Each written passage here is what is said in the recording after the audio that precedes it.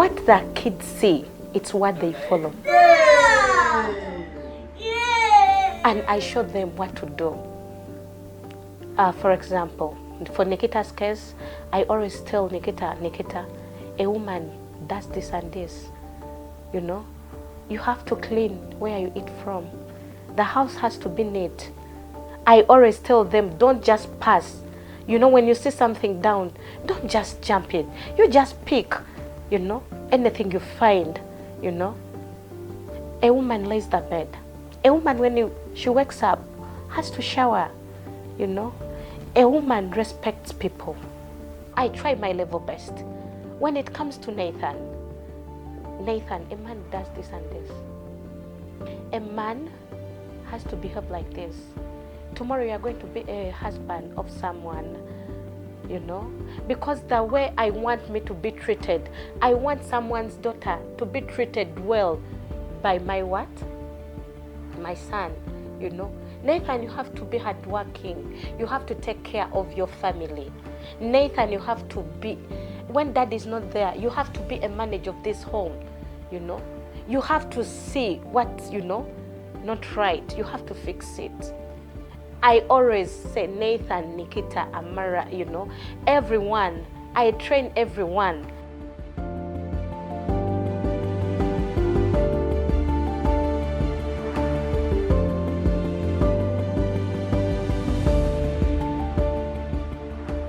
My name is Lydia Namgain, Executive Director and the founder of Afro-Canadian Center for Women and Youth. The story starts from home where I was raised up.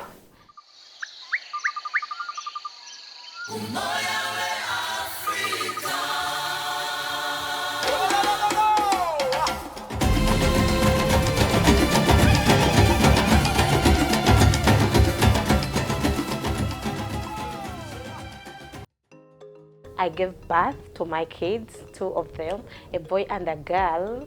Then later, while I was in marriage, I felt like my kids have to get a better future. I felt like my kids, they have to be somewhere. I had my sister abroad and told me about traveling. By then, I didn't want to travel because I'm so attached with my kids. So it was so hard for me, but I was like, okay, let me give it a try. So I tried, and good enough, I got a visa. Then traveling was so hard because I had a 2-year-old daughter and I had a 4-year-old son. Then I was like, okay, what should I do? It was so hard, by the way, to decide. But the funny thing I did, and please, I advise mothers not to do it. I left my kids with a maid. I remember telling my kids, I'm going for work, but I'll be coming in the evening. Trust me, my kids, they didn't sleep that day.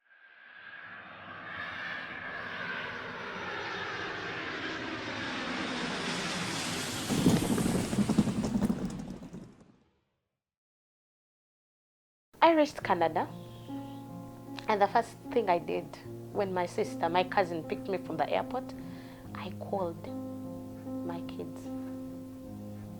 And they were crying, Mommy, you didn't come back. And I was asking Barbara, what did you prepare for them? Barbara told me a lot, you know, Auntie, the kids cried the whole night. Auntie, this and this and this. I was like, oh my goodness, where am I going to start from? It was hard. And it was hard. Guess what? I started being a maid, doing a motherly role, a fatherly role. Everything, it was on me. I could call. By the way, I had sleepless nights. Reason being, here it's different. When it's day, there it's night. When it's night, here it's day. So I couldn't sleep. I could call, I wake them up, they prepare them, they go to school. I could call the teachers. I could call the person, okay, like a house manager. we call them maids. I could call Barbara every day, every time. I could tell Barbara what to prepare for them. It was so hard. I remember my cousin saying, you just give chance to that maid to take care of your kids. It wasn't easy at all. At all, it wasn't easy. Remember, I used to do the process here in Canada.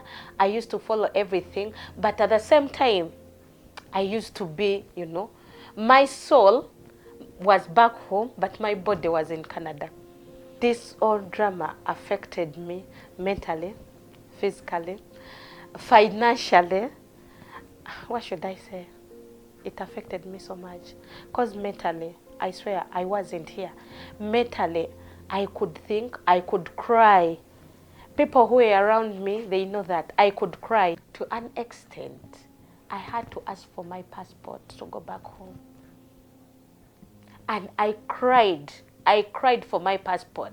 I went to, even wasn't my lawyer, but he was, okay, he's a Ugandan lawyer, but wasn't my lawyer. I just went and I said, you know what, how can I get my passport? And this guy was like, Lydia, you want to go back home? I was like, yes, I want to go back. So he was like, you know what, when you go back, you'll never get a chance of coming back. I was like, I don't mind, but how can I get my passport? Because it was too much for me. It was too much whereby whenever I call my kids and I talk to them, I feel that, you know, they are not in a good condition. And I was like, why did I leave them?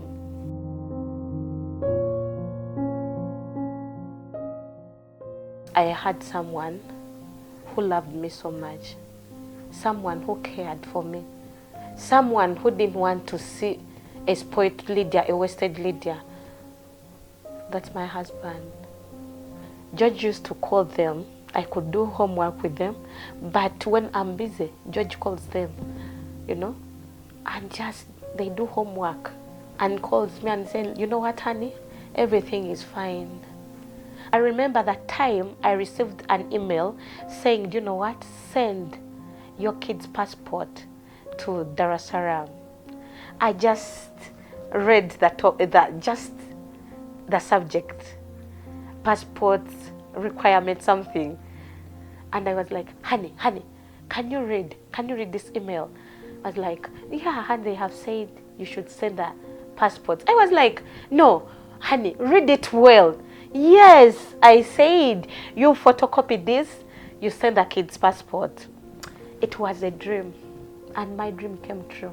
I woke up early. I told my husband, you know, and honey, it's time we go. But guess what? When we had, you know, traveling, I was like, hey, honey, we have to change the oil. I was like, oh my goodness.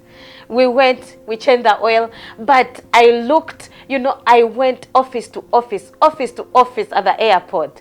And they are like, no, you go to the other office. No, you, until I said no. They told me to wait from here. I'm like, okay. How many kids are you expecting? I was like, 2. Who and who? I mentioned the names. I mentioned the birthday dates. Then I was like, okay, you wait. Do you know these people are funny? They bring their kids behind that big mirror, you know. You just see them and are these your kids? And my kids were, yes, that's mommy. That's mommy. Oh my goodness. I cried. I waited for them as if I was waiting. Oh, for what? When I saw them, they were big. They have grown. The kid whom I left for when he's 2 years came when he's 7, I think, because right now he's 10. They came in 2023. All came when he's 8. Yes, 8. And the other one came when he's 10. And I was like, what? How are you? You guys, you're most welcome. I'm so happy. Yeah, from I don't know whose name is on here. It's okay. They couldn't. Okay, did they? Tell me. I know you missed me. Oh yeah. I'm here, okay? I know. You still remember me? Really? Oh, okay.